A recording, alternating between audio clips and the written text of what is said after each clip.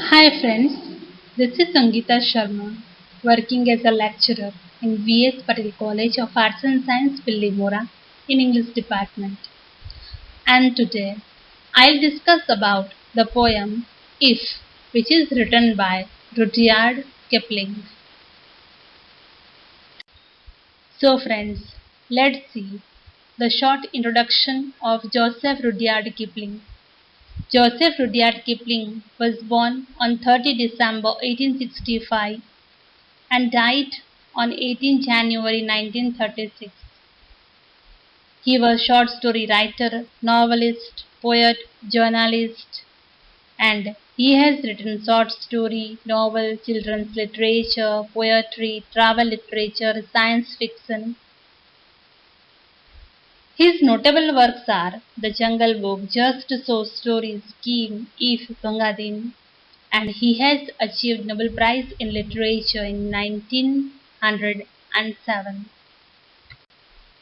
Now let's see about the poem.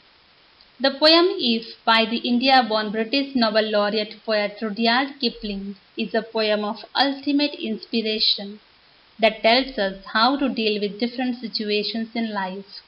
The poet conveys his ideas about how to win this life and, after all, how to be a good human being. The poem, written in 1895 and first published in Rewards and Fairies in 1910, is 32 lines long with 4 stanzas of 8 lines each. It is a tribute to Leander Starr Jameson. The poem is written in the form of paternal advice to the poet's son John. Now let's see explanation of the poem stanza wise. Here we can see that the poet is advising his son John. He is saying, if you can keep your head when all about you are losing theirs and blaming it on you. It means that he is saying to be a good human being and to succeed in life, we should keep calm. When other people around us are losing their cool, we should not lose our temperament even if others are blaming us for their fault. Losing the temper does not solve a problem, rather intensifies that. Keeping the head cool makes us think wisely to face those tough situations and ultimately a solution comes out. Here he says, if you can trust yourself when all men doubt you, but make allowance for their doubting too, it means we should have the faith in ourselves even when others doubt us. But after that, we should give some importance to their doubt too and try to find out what may be the reason for their suspicion. After all, to err is human. So by keeping faith in ourselves, we make sure that we don't get demoralized or disheartened, and by allowing others' doubt a little space of thought, we ensure that we are not doing something wrong knowingly or unknowingly. Here he says, if you can wait and not be tired by waiting or being lied about, don't deal in lies. Here he means to say we should work hard and wait for the result patiently. We should not get tired by waiting. There are a number of real life examples where people missed big opportunities only by losing their patience. It is said, hurry will bury you. Here poet says, or being hated, don't give way to hating, and yet don't look too good nor talk too wise. He means to say here that people may lie about us to others, but we should not indulge ourselves in lies. In other words, we should always remain truthful. If we are misled or tempted to lie, people would ultimately discover the truth and won't believe us anymore. That's why it's important to speak the truth, even if that hurts us. People may show their hatred towards us, yet we should not hate them. We should show our love and respect to others.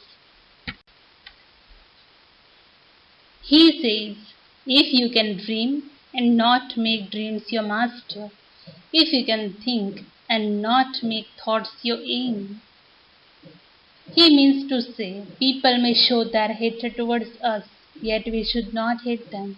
We should show our love and respect to others.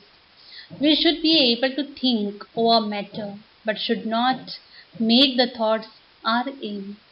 That is to say, that we often lose our radar and get detached from the main point. So our thinking should not be scattered, misleading us away from the target.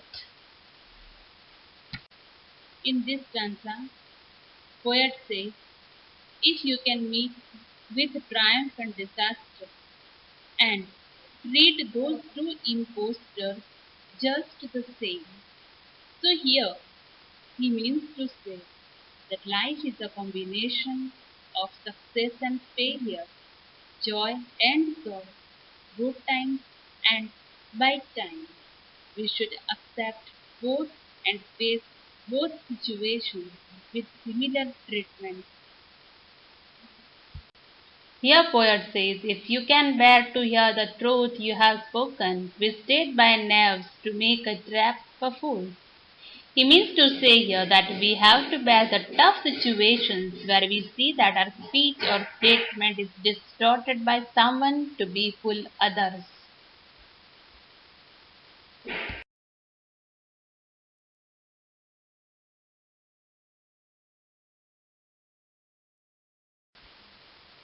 He also says, or was the thing you gave your life to broken and stood and built them up with worn out souls. He means to say here that we have to hold our nerves even after seeing that favorite thing that we built with all our effort and time is broken.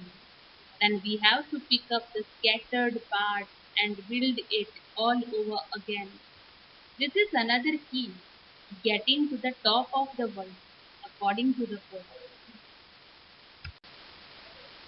Here poet advises to his son that if you can make 1 week of all your winnings, then risk it on one son of each and crop, and lose and start again at your beginning, and never breathe a word about the Lord. So here he means to say that we should be able to accumulate all we have and take a risk in one term of the game of each and crop. We may lose the game and all our possessions, but we have to stay calm without uttering a word about that loss and rebuild it from the beginning. In these lines, poet says, if you can force your heart and nerve and sinew to serve your turn long after they are gone, and so hold on when there is nothing in you except the wind, which says to them, hold on. So the poet continues the same theme of mental strength and the power of will. We have to force our body to serve us even after it has lost the strength due to old age or illness. Thus, we should keep on working, driven by the power of will, which would ask them to hold on, compelling them to do their job. Here poet says, if you can talk with crowds and keep your virtue, or walk with kings, nor lose the common touch. So he means to say, we should stay in touch with people from every class of the society. We should be able to talk with common mass without losing our virtue or moral value. Again, we should be able to walk with kings without going beyond the reach of the common people. Here poet says, if neither foes nor loving friends can hurt, if all men count with you, but none too much. So he wants to say, we should build ourselves strong enough mentally and physically so that neither enemies nor loving friends can hurt us. Moreover, we should develop healthy relationships with everyone around us, should not allow anyone to harm us. We have to develop our personality the right way so that everyone supports us and gives us importance, but none too much. If we allow someone to give us too much importance, we may be emotionally bound. That may restrict our freedom and prevent us from doing our duty. Here poets say, if you can feel the unforgiving minutes with 60 seconds worth of distance run. So he means to say, the time is precious. A minute is filled with 60 seconds. Time is here called unforgiving, as it waits for none and doesn't forgive him who wastes it. We should utilize every minute of our life in productive way. Wasting time is not something we can afford in our short lifespan. So, in this last line, poet says, yours is the earth and everything that's in it, and which is more, you will be a man, my son. Finally comes the achievement that we can get if we fulfill all the conditions mentioned so far. We can win this earth and everything in it. We can go to top of the world and rule over everything. And what is more, we would be a complete and perfect human being. So, we should not forget here that Kipling wrote this poem for his son, as it is addressed in the very last line. The poet wanted to show his son the right way to be a future leader, but it has inspired many a man in their journey of life on earth so far. So it is rightly said about him that he is one of the best known of the late Victorian poets and storytellers. So at the end, I'll say thank you to all of you for watching this video. For further information, stay tuned with Sangeeta Shah.